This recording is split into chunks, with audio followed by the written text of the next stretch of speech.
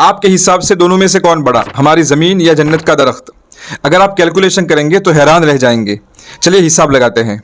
हदीस में आता है कि जन्नत का एक दरख्त इतना बड़ा है कि अगर बहुत ज़्यादा तेज़ रफ्तार घोड़ा उसके साए में 100 साल तक दौड़ता रहे तब भी उसके साए को पार न कर सके।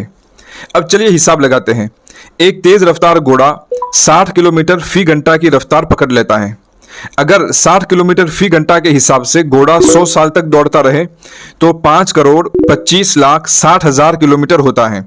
यानी कि जन्नत के दरख्त की लंबाई 5,25,60,000 किलोमीटर होती है। अब ज़मीन का डायामीटर है 12,742 किलोमीटर। अब अगर इस मसाफत को जन्नत के दरख्त की मसाफत में तकसीम करते हैं तो 4,125 बनता है।